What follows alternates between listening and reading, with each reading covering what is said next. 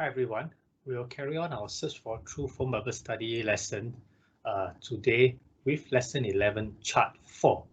And lesson 11 chart 4 covers very specifically a certain biblical prophecy that occurred in the book of Daniel from the Old Testament.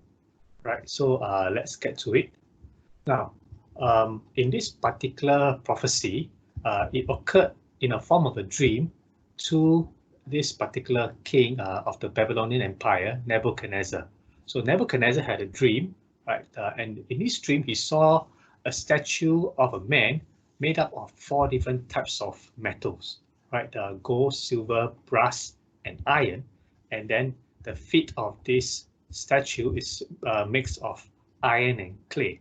In his dream, he saw that while the statue was standing there, out of nowhere came a huge boulder that smashed the statue at the feet, and then the particular statue collapsed, and in its place, this huge boulder remained and grew and filled the world, so to speak. Right. So this particular king woke up from this dream and began to look for answers. He began to ask his wise men to give him answers. Right. All his wise men couldn't give him answers, right? But the only person who seemed to be able to give him some answer is a Jewish man by the name of Daniel, right? And Daniel began to give the king the understanding of the dream that he saw.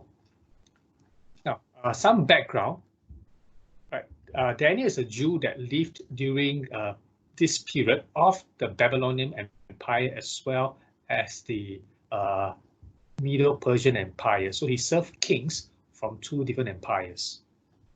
Now, Daniel, when he approached the king, he said that, God has given me understanding of this dream as well as the interpretation. Right. So let me just use a verse to carry on the explanation. Right. And in this interpretation, Daniel explained that the head of gold, right, refers to the Babylonian Empire, of which King Nebuchadnezzar is part of. Right. So this is a verse reference, right? That was the dream. Now we will tell the king what it means, right? So he began to describe to the king the dream that the king saw. And he says, Your Majesty, you are the greatest of kings. You are the head of gold. But after your kingdom comes to an end, another kingdom inferior to yours will rise to take your place. So Daniel is explaining to the king that he has received a vision of the present and the future, that after the Babylonian Empire, there'll be future empires. And while Daniel didn't have an understanding of the specific empires at that point, later on in the book of Daniel, Daniel had another supernatural visitation, this time by the angel Gabriel. And this is where the angel made specific reference to the empire that comes after the Babylonian Empire, and that is the Medo-Persian Empire. And following that, a Greek empire that will replace the Medo-Persian Empire. Right. So in Daniel chapter 11, verse 2, right, this is what angel said to him. Now, then I will reveal the truth to you. 3 more Persian kings will reign, to be succeeded by a 4th, far richer than others. He will use his wealth to stop everyone to fight the kingdom of Greece.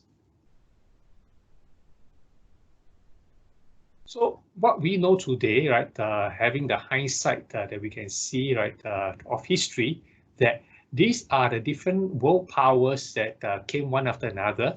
Historically, the Babylonian Empire was one of the world powers, right, and it was replaced by the Medo-Persian Empire. And then that itself was replaced by the Greek Empire, and the Greek Empire in turn replaced by the Roman Empire. Now, what is interesting and significant is this, that while these empires are not exactly the same, the fact is they all overlap generally at the Middle Eastern region, right? So the Medo-Persian Empire stretched from Africa to India, right? But within it, a big part of it is the Middle East, and you can see that for the Babylonian Empire, as well as the Greek Empire and the Roman Empire. Right. Now, so the only part of the statue that's not entirely clear, nor was it explained clearly in the book of Daniel, is what is this kingdom of feet of iron and clay. So we can see from the explanation of the statue that every part of the statue refers to a certain kingdom or kingdom empire. So it is not difficult to deduce that therefore the feet would refer to an empire that comes after the Roman Empire.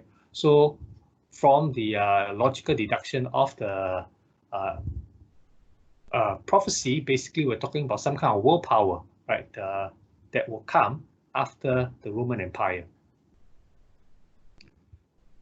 Many Bible scholars have speculated that in these last days, this particular empire, right, will be a form of some kind of a European Union. Okay, why do they say that? Well, if you look at again the current European Union, right, many of the countries that form part of the European Union were previously part of the Roman Empire, right? So these are what some Bible scholars have speculated, that this possibly could refer to a consolidated world power in this part of the world. Now, Daniel also explains specifically about the kingdom, or rather what that particular stone refers to, right? And he says the God of heaven will set up a kingdom that cannot be destroyed or conquered. You will crush all the kingdoms into nothingness, and you will stand forever. That is the meaning of the rock cut from the mountain, though not by human hands, that crushed to pieces the statue of iron, bronze, clay, silver, and gold. This is what will happen in the future. So basically, Daniel's explaining that whatever man has decided to put up, the ideas and the kingdoms of men will sooner or later be replaced by the kingdom of God. It will not prevail against the kingdom of God. Right. So at the end of time, there will be a kingdom that's not of men. They will destroy man's efforts to build their own kingdoms. And you see this throughout history. Throughout history, there have been empires after empires, people seeking to leave a legacy for their own cultures or their names, right? But the Bible prophesies at the end of days, in the end times, all these human efforts will come to naught, right?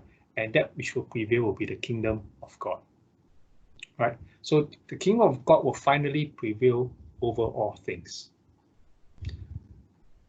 Now, so as we end this session, let's look at some key learning points, right? Daniel chapter 2, verse 21, Daniel explains to the king about the sovereignty of God. He says, and he, referring to God, changes the times and the seasons. He removes kings and raises up kings.